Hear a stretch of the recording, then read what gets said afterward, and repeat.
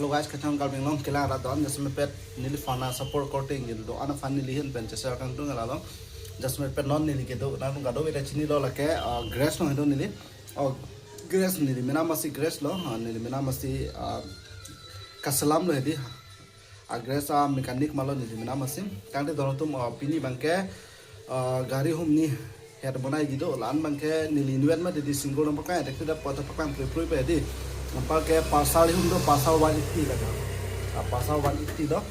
Ampal ke disqual dia lapu disqual tado lapen hapu ihum disqual tado lapen so pasal condition kopia formal kopia problem pasti lahai gari kapunai mana kane problem. Guys, dono tum jasmet pet lalon al nompak lain poke lahen lo. 180 pasal bang lo ke kopia formal update condition ke hedi. Labang ke accident mah hedi jo head fuda wepin lo lahai ta wan lab le hem. Apen gangko jo handle ke lo la taki misi fitting tu lo labang tahom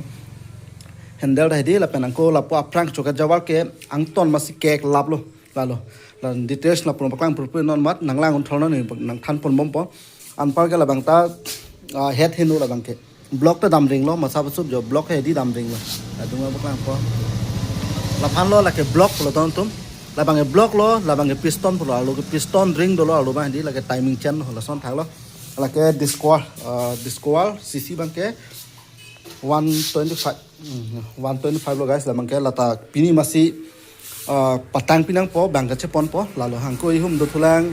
la bang ke pura block hino lo la mihi ki chon ra ya lo jo la bang ki boring phan do buka pon lo non mat ke lata song thak lo la bang ke ang tom tok block pon lab lo hol mu te yo achere be side lo lai ke apart mukha to lai hen lo don tum lai hen lo la bang tai son lo non bang ke la bang ke non development ni claim jime di non final ni claim bom ke la lo jo lage ya socket javar la lo socket javar lo jo la ke la refill ta la et lo aki mi side lo la ta ki mi lo brand new lo la ta ki mi lo brand new side lo lage set lo brand new te non bang hadak pun ke la fu fitting tang le wan ma kalima te di jo la son si di son si la pu single si wan mati la ke refill la hom lo price putih lagi 960 ya don tum la bang 960 ha fitting la charge ni long do pa hedi extra ampal la tai siwet lo la bang plug pe lang non si ya sil lang ke la ke alu holmu side lo spring pini alu hedi ki lugai ni holmu lo la bang ke la so holmu bang hedi la lo no la so holmu hom mang lo bang la ta price nang paklang pom price putang te la ke 1532 lalu ya rest bang na tum labang ke pasal 180 lo pasal 180 ya coba jawab bang lah prang dan bang lo lah set lo kalau jo na bang fitting dah lo non nili lah fitting lang pia nili lam bang ke punai bang paklang ni dah lo jo lah ki ham satu ke cet tong lah ke cibeng lah ya nah ke rod ilo athela spring hai dah lo kai un ida lo la son yo almost ada best yo thabra lah ke spring thai dah lo yo nasi gari ke bek thai chere nang sot ke la lo alam bang lah hai han lo spring dah lah so gari lo spring lo asna tum details ni long edit na humdik no tires tame do lapen na tum lik mari ta dolo lapen hydraulic pate hawa ta dolo lag hawa machine tame dolo na tum dak available lo nang lina humri lo patang te arut bang ni nang thani galo mate di arut ke la ke kang thilang soro don tum penangan kabunai pon tum sikong lo nilong pen la sina tum sabena humdik non adol tame nilong jumik chachaji kado ka wepen ni discount nang pig kado we fans tame pachini lo lalu lapen lahai gadis tame ka bonai ji du ulai yo nili side lo ka semar nang ji hedi ki suman ke pinan dolo hum phoke bag ba hum therok ke bag la person gari ka bonai tang si ong lo non bang ke ala pen ni paklang bom hedi la refill ka ki mi wan si socket javar hedi ka selam lo ke non spring kang hong lang lalu yo non bang ke ki fitting nang po nili fitting tame na paklang pon po an kem tan nili single invert mati di non nili fitting tame paklang pon po yo la mang jo sina ajat ta benang mati di ki fitting nang sung pick la non la refill hek nang po so refill ta invert mati di single di odun mang wetan dal mati la hek nang po allo si dolo la pipe bang kala steel pipe di fa refill po lo so hol muta ulai nang de do hello aki milo ke non si ke lan aki milo don tu siksak ulai di masih ke ve ke chere sik nang sot ka do ve ta Debona ita kolta thepik. Lo dampung. Laki milo. Tasona thak hol mulo. Aki milo lo ke brand new lo jo. Son do pik lahai sta me fitting pami nei thek the pute lahai ta hinuik dap rang. Ta son do pik kan. Mong ke jo. Laga pipe lo la pipe ka fitting nei ko son mala sta me baklang po laga fitting si la so I spring alu si thap lang po don tok jo. Alu edi. La thap lang po ya la son nang chon ji. La son nang chon ji la son hedi jo. Nang chon alu mati di la nang chon alu plo tang tem wala si do lang ho. Da ta me dak logai nang po. Lugai alu mati di. Anpal keng ke so alu dam nang pola su dam chot ta chok kila. Lili nang paklang thula. Yo la son hedi ho lai ke nam ma ve la ke nije sistema nei jo la puna tala son ja don tum. La so holmu ba hedi nang tum puchibi ko nang po. La daksi hedi la so holmu bang ke lugai nang po jo. La lugai alu pete hedi la so holmu ke la ke el ki plo la el ki ren jo. La son hedi la so number chibi ko nang po abang kan nat la ho. Li paklang pun po hede. Ke la bang ke dak long ko lugai tu po jo don tum. Ta alu da pamelai nang la alu melai le pote la ta hinuik dagi ampal ke jona nat bang logai nang po nat det la pen pachip nang po pachip nang po ha pachip et nang po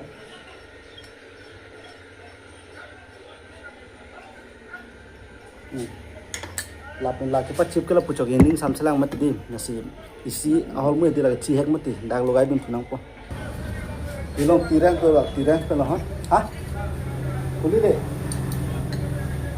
mission ne no thono nom la aha tumi bana bang be guys jo la tirang pe ni ke di la tirang pe ni di ho tirang kon lo ke 8 nombor men se di dak ko po si pati bung tibang ko la ke po bung tibang po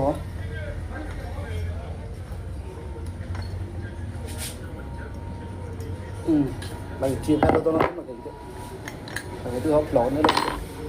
cái sàn khó lắm thôi con nào có sàn nó mới đi như thế solong la do lang ni bakang mon tu pom ason do pik alu hedi ke logai ni hon ason do lang agari tin se kapre alam ke kisuman gari ke joy ke do kisuman gari ke sungkrung do sa gari loi lo don tu masla so gari bang ke 180 per sal ki monai nang po lagi 180 hedi ya tu mang lo ni nang kurang bakang tu po alu ko son fitting nei ma pal ke don tum jo la ko isil lo la la da ke di ho la ke palik le phano da yang thu palik le phano lo isil lo don tum lo isil da la hek nang po Loi sil kita isi price nang thana oi sil bang lagi 85 don tum lagi lap lok nang po lap lok det ten jo son di la oi sil polo loi sil bang ke jason pe dak si logai podon tum dak logai nang po palik le pano la loi di logai hen nang pada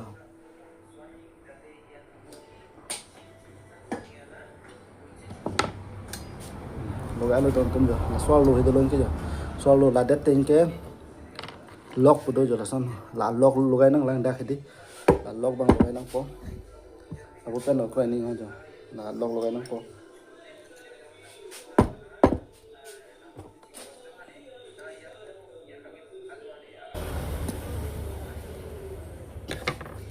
la chi jo ne lo la det ten ke isi athak hidi gasket do lang jo la adu ko paro re phamang lage la lo spring logai elo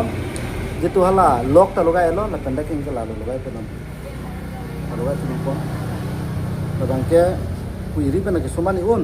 ke suman ke theng nei complete don tung ti lagi ya complete lagi inke da spring logai nang po da kha la spring thap nang po spring thap da tang ki isi plastic ke dila so pipe pena am don bag do hola stamida alu thonum pomati di so thak lo inga hala akang hai hedi ice spring da hi king hai chat hi bangke inglum chat la ke phan hedi ice spring he so spring da hedi la ke la akimi hi bangke athak se dong po la pen hala jitu angkrak ke themu so da dak mangka halu si bidang po inga la so lo si cái isi bắc lang po lang nó để đặt kulat nong masih doma tidi non mat ke nasi kato wis tami chini kadang son non owe mitum tai di ani le nam po non pula kaya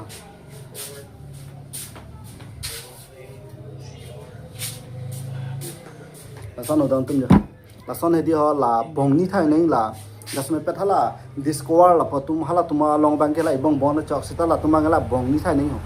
inke belang po an parking ke kum lok la tang ke 100% na tum bek me pik pon ke genuine teng la kim ya teng la ya paklang pon lo asin dilin wer ma tedi jitu la phone order bang do poson tedi na tum details thekong tap he non bang ke complete lo la hin be complete lo spring bang tamini lim paklang po spring ya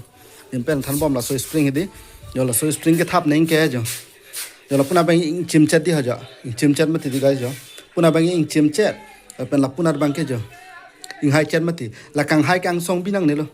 la pu bang se thap nang po yo kang chim la bang se di lo pya se thap nang po jo po lo pya se thap nang po ke sot tha ke di plastic a akup do la thon nang po la lo ke bonai charling tung do stamina follow no na la tu me di jasmet pet video stamina share non la pi li खेका चिंगन पलतंग ते लान चोर लो जे इली काम कचरा फेन ला पुसन के थेक सतामे बांगपुते ले थेक एजिकली लके अपकांग थुबम जे निली के थेक आना सो ना रुमान चे शेयरिंग तुम नो लसी कादो वेदा चाली नंगी केनांग सो दमा ते दि लसी कादो स्टामिना तुम ना सपु पो जिनिंग के थेलो पिनी बांके जो लान चोर लो लापु इंडियन लाहाय का सलाम बांके पिनी बांके ना पकांग पनु इदत पो थेमा